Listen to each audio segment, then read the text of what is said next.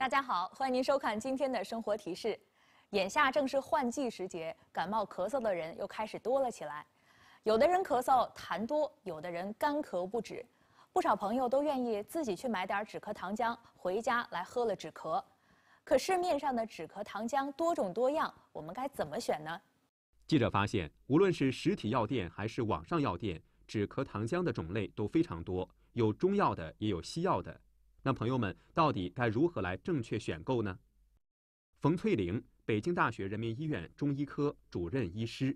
我们在选择止咳药的时候，看说明书，说明书上一般就会写得很清楚，用于风热感冒以后诱发的咳嗽，咳嗽痰黄咽痛。好，这个就是风热咳嗽。另外一类的，它就会写感受风寒导致的咳嗽出现的咽痒、咳痰、痰白，就是我们的风寒咳嗽。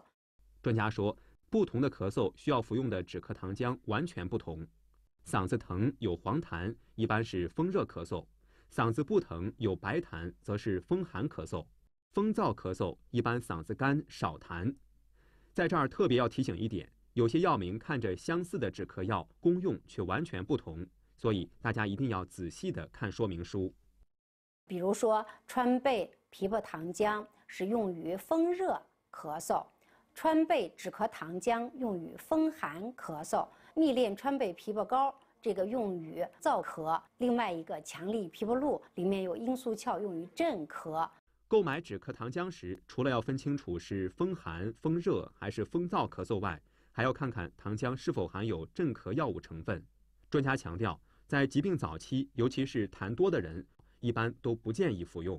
我们的咳嗽是一个人体的一个保护性的生理反射，它对于气道的分泌物多可以可排出去。如果用得早的话，就抑制了我们的这个咳嗽反射，就会让病毒和细菌长时间的留在气道或者是肺脏里面，会导致疾病的加重。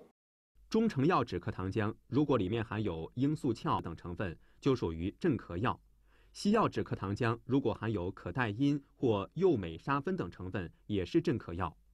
镇咳药如果在感冒的早期，或者是肺炎、支气管炎早期，都不建议使用。那到底什么时候可以用镇咳药呢？相对的痰比较少，或者是没有痰，这时候如果已经咳嗽很长时间，又很剧烈，影响到了生活质量，可以选择适当的镇咳药，但是一定要短期用，比如用到1到3天，就不能时间太长。专家特别提醒，含有罂粟壳、可待因、右美沙芬等成分的镇咳糖浆，久用都会有成瘾性，老人、小孩、孕妇要尽量少用。而且，无论是否服用镇咳药，如果3天不好，一定要及时就医。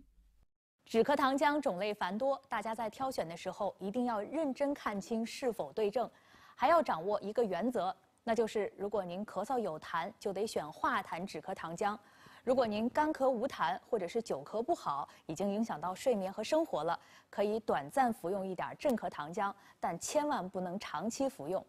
另外，普通感冒咳嗽一般不要用镇咳糖浆。